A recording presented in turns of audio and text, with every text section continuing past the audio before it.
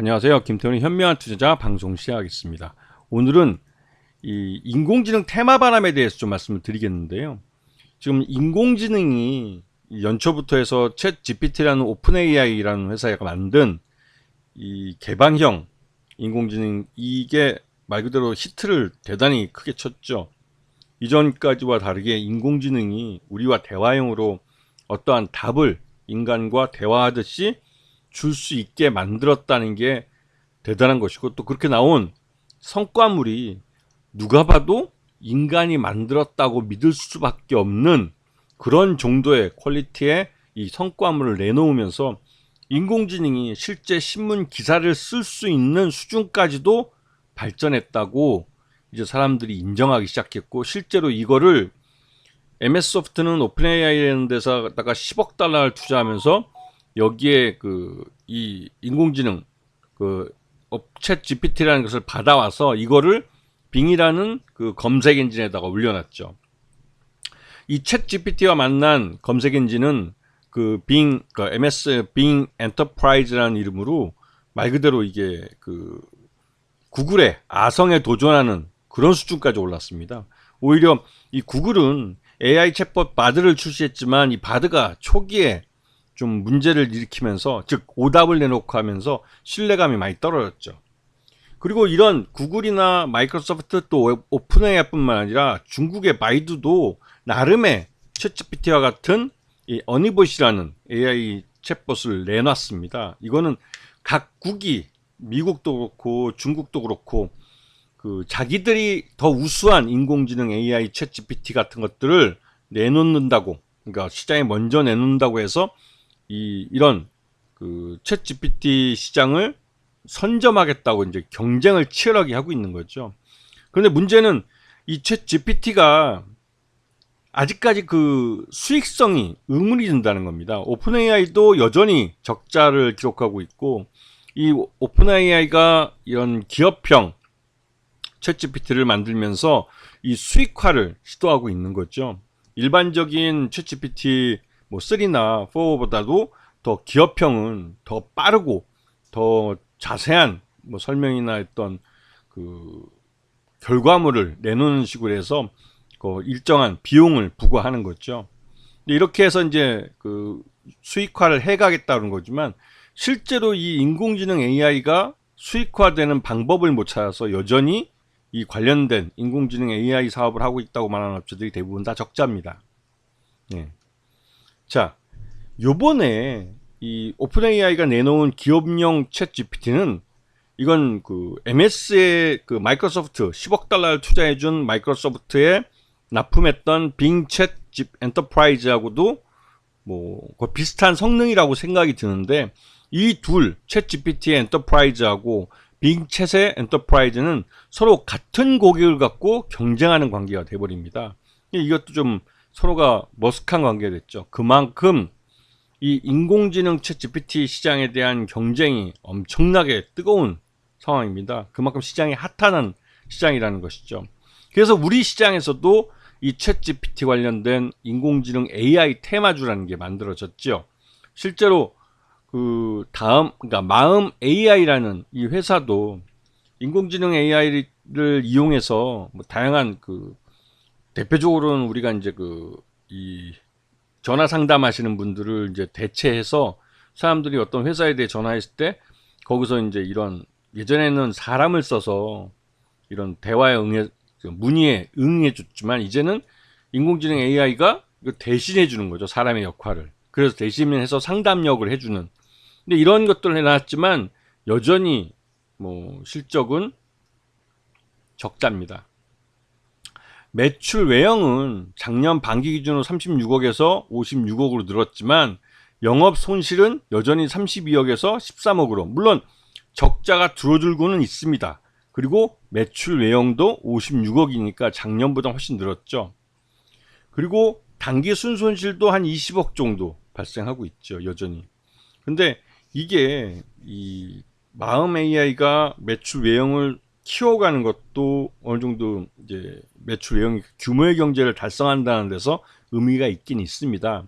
하지만 그 매출 외형 자체가 워낙 작고, 또 여전히 이 영업 손실이 늘어나고 있는 상태이기 때문에 이 언제 흑자로 돌아설지를 모르는 수준이에요. 말 그대로 사업성 자체가 의문인 상황이죠. 그런데 주가는 지금 뭐 4만 원대까지 올라가 있습니다. 그리고 이 르닛이라고 의료 쪽 인공지능 AI 회사인데요. 이 회사도 같은 경우도 이제 그 영상으로 찍힌 그러니까 엑스레이나 이런 것들을 갖고 어떠한 병명을 판독한다든가 이러한 일을 이제 인공지능이 대신해 주는 거죠. 이 회사는 그래도 매출 내용은 좀 있는 편입니다. 보시게 되면 작년 54억 매출이 올해는 반기 기준으로 164억을 했으니까 매출량이 굉장히 많이 늘어난 거예요.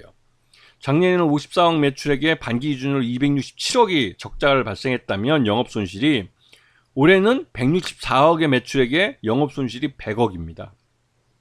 그래도 이 루닛은 매출 외형을 1년 만에 거의 200% 이상 끌어올려가지고 매출 외형이 빠르게 성장하고 있는 걸 알 수 있어요. 그리고 이런 속도로 내년 뭐 올 하반기 또 여기서 또 점프해서 또 여기서 더블이 나거나 하면 한 300억 정도 매출을 하게 되면 영업 손실도 한 50억 미만으로 떨어질 가능성이 있습니다. 근데 이 회사 또 여전히 뭐 그 영업 손실이 이렇게 높다 보니까 반기 순손실은 뭐 작년 60억에서 올해는 102억으로 늘어났죠. 그리고 똑같이 이제 의료 쪽 그 AI는 뷰노도 주가는 지금 52,000원까지 계속 꾸준히 급등했지만 지금 매출 외형은 11억에서 47억밖에 늘지 않았습니다. 이게 11억에서 47억이 4배가 늘었다, 400%가 늘었다고는 하지만 절대적으로 11억이라는 매출 외형이 워낙 작은 거기 때문에 400% 늘었다는 게 의미가 없죠. 47억이 영업이익을, 그러니까 매출액을 몰렸다 할지라도 영업손익이 93억이 적자라면 이 사업은 수익성이 없다고 보는 게 맞습니다.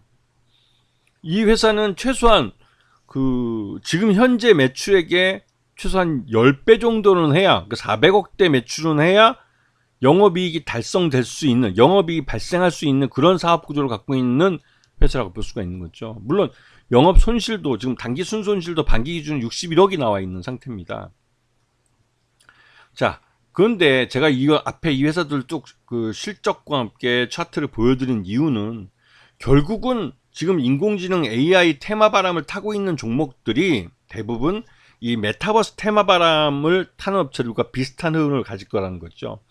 이 맥스트라는 업체도 이 코로나 팬데믹 그 상황에서 메타버스 테마바람을 타고, 그 비대면 사업이죠, 타고 매출액이 48,000원까지 막 급등하기도 했지만 그 이후 이 테마바람이 꺼지면서 주가가 흘러내리고 결국은 7,200원, 최고점 대비해서 거의 한 80%? 80% 정도 폭락을 했죠.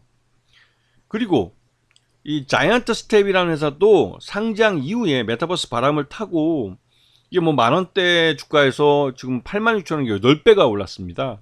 그 거의 1년 동안 내내 주가가 올랐다고 해도 과언이 아니었죠. 그런데 그 이후 주가는 계속 흘러서 12,000원까지 폭락을 했습니다. 이 역시 자이언트 스텝도 적자 기업입니다.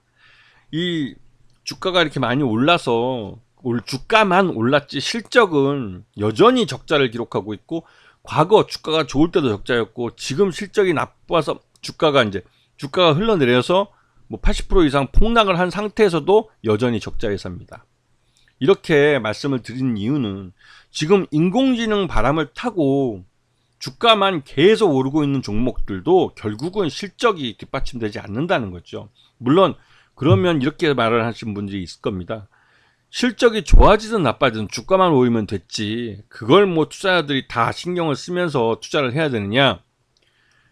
주가가 오르는 데는 오르는 이유가 있고 내리는 데는 내리는 이유가 있습니다. 주가가 오르는 데는 이 인공지능 테마 바람이라는 걸 타고 있다는 그런 그 이유가 설명을 할 수 있을지는 몰라도 그 오른 주가를 유지시켜 주는 건 주가가 아니라 실적이라는 거죠.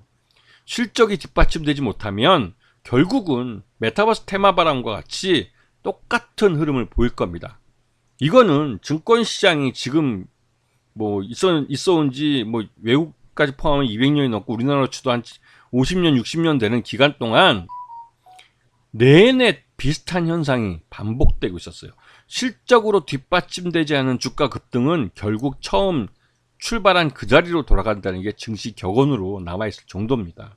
그렇기 때문에 이런 테마 바람이 부는 종목들은 바람이 불 때는 그 바람을 타고 순풍을 타고 뭐 매매는 할 수 있을지 몰라도 결국은 시장의 방향성이 돌아섰다고 테마 바람이 그치면 급속하게 침몰합니다.